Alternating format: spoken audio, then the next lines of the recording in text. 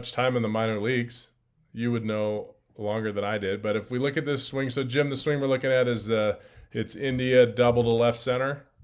They're playing the Brewers, just so you can follow along there. And I'm just going to take him, to his stride. And the reason I asked about Mookie Betts is this is a very similar. This would be as close to a Mookie Betts movement as I've seen in any big leaguer ever. Okay, so if you watch him come down from toe touch to heel plant, and watch his knees open. So his knees open and he gets a ton of stretch. So if you look at him in his heel plant position, number one, his head stays behind center. Now this camera angle isn't 90 degrees. It's a little bit out in front, kind of towards the middle of the dugout. But his head is definitely back of center. So I'm going to draw a line. It's probably not as back as I'm showing it, but I guarantee you his middle of his head is probably over his right hip flexor. So not only is he back, but if you look at where his chest is facing, and then you look at where his hips are facing, right, there's a huge separation there. I mean, that's a very big separation of where those arrows, one's facing back and one's facing forward. And that's kind of where Mookie Betts is so athletic. And then the great spot about this position is I can get fooled. Now we're going to see on his other swing he does get fooled, so we'll look at that in a second. But from here you can get fooled, man. Your knee can bend, your weight, your front hip could slide. You could go forward, but if you keep your shoulders back like this as long as possible and your hands back, you're going to be just fine. Okay, so now let's continue after heel plant. He starts to rotate. And you can see his head pulls back a little bit. He's trying to pull this left arm out in front of his chest. Okay. So this is not, if you look at his left, so I brought him back to right after heel plant. If you look at the patch, the Reds patch, or you look at his arm guard and you look at his sternum, okay, these two things are not moving together, which is what everybody tries to teach when they're turning. He's actually pulling his lead arm in front of his chest. Okay, his arm is moving faster than his chest in this position to get to this pitch. And maybe because it's an inside pitch, I don't know. But we can't always be the same as hitters. That's the reason that I'm making or bringing this up is we can't, every pitch is different, and we have to be able to use our hands properly when we need to use our hands. We can't just turn and expect everything to follow. It doesn't work like that. So again, I'm going to bring him back to his approach position when the barrel and the knob are in line, right? When the bat's parallel to the batter's box line, and I'm going to draw this line through the pitch plane. Okay. So it's kind of coming down like this to the catcher's mitt, and we can see his barrel really doesn't get that far underneath that line. I mean, maybe way back there, but by the time that barrel reaches the middle of his body, he can probably at least make contact here. He's going to hit it well there. He smokes it here. This is a double, okay? And then you can see he kind of extends really well, but his barrel does come off of that plane a little bit early. So if I bring it back to here, I would say he leaves here. So he's really only on plane for, it's not terrible, but it's probably 10 or 12 inches. He's on plane, but then he comes off. So anything out here, out in front of his front shin here, he's not going to be on plane. So what I would normally look at is, did he extend, right? Usually if people come off a plane out in front of their front foot, it's because they didn't extend. Well, if I bring this back, he's totally extended. If you look at his right wrist, it's really weird. So bring him to his power V position when both arms extend. There's one arm, here's two arms. You can see the bat shoots out kind of the middle of those. So it's a great power V, but notice his top hand. See how it's bowed? It's like his palm is not up in his power V. His palm is like backwards towards his head. This is the telltale sign typically of someone that is has a wrapped bat in their stance, where their big knuckles are almost lined up. So if you bring him back to his stance, I don't know if I can zoom in here, but I will. It's going to get very blurry, and I still can't even tell. But if you look here, he's probably kind of wrapped, would be my guess. okay, with Top hand is wrapped. Yeah. his top hand is wrapped. And so what we do, and there's a lot of the first person I ever saw was Bobby Abreu was like this. The first person I ever looked at on video, Bobby Abreu, was very similar to this. And so what he does is he has this right wrist. Now I have a great player I work with who I hope is listening to this. His name is Shea Grady. He's from, oh Lord, now they're going to hate me. What is the name of that town? Cranford? Did I say that right? Cranford? I think it's Cranford. It's in New Jersey, kind of northern New Jersey. Yeah, it's definitely more on the north end. Um, and he has the same exact move. Like his right wrist looks just like this. And I probably have 3 or 4 other players, I just can't think of them, that do this same thing. So typically, if it does that, that barrel might go up a little soon. So instead of him getting to the back of the ball and going this way on this line on about a 5-degree upslope, he's going to come off that line and go up at like a 15-degree upslope. So if you're hitting a lot of ground balls, a lot of it has to do with that right hand. So what you can do is either flatten that right wrist, which is very difficult, okay, or he would have to adjust his swing and extend lower. Bryce Harper does this too, by the way.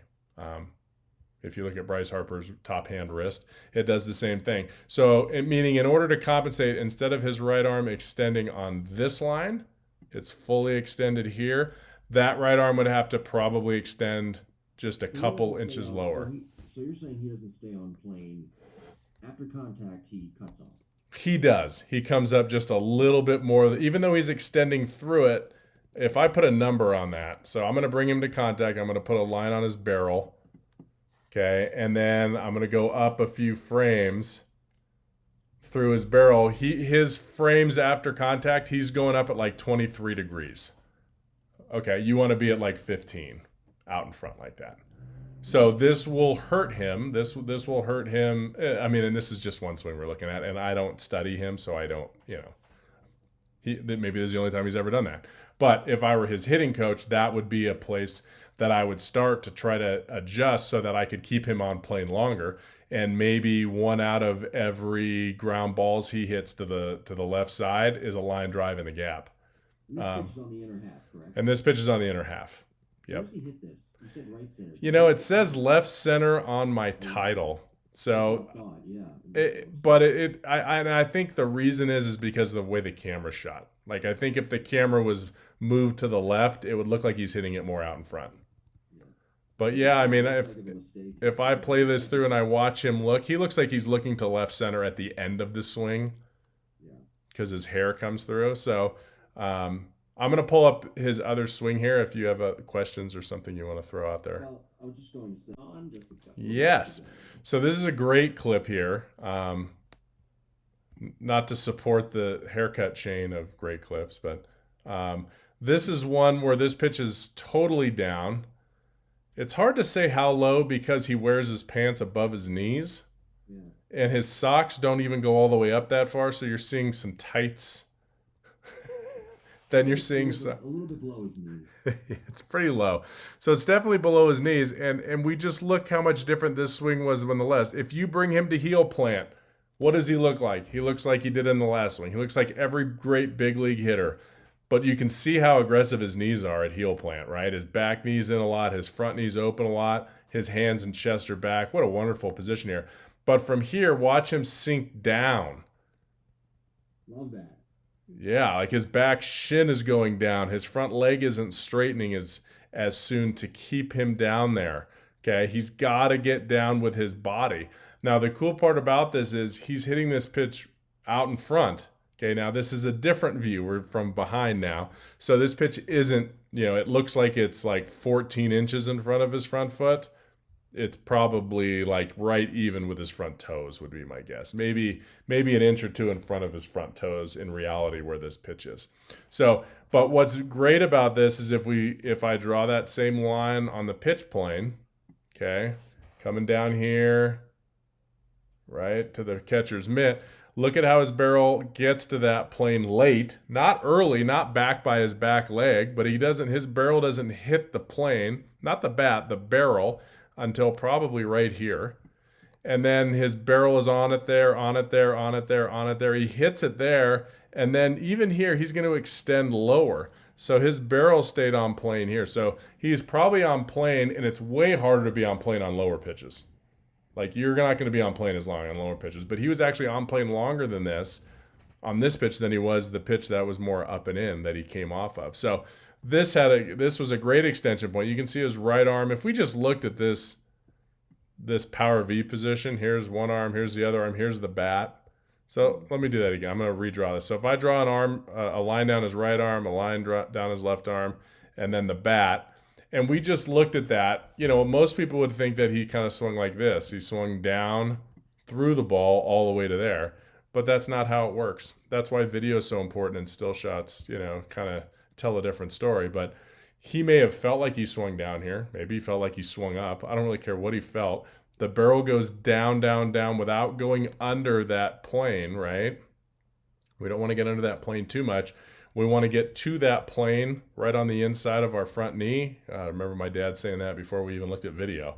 Try to get on plane in the inside of your front knee, and then you want to stay on plane as long as you can, and that's exactly what he did. So if you look at the difference, what's that?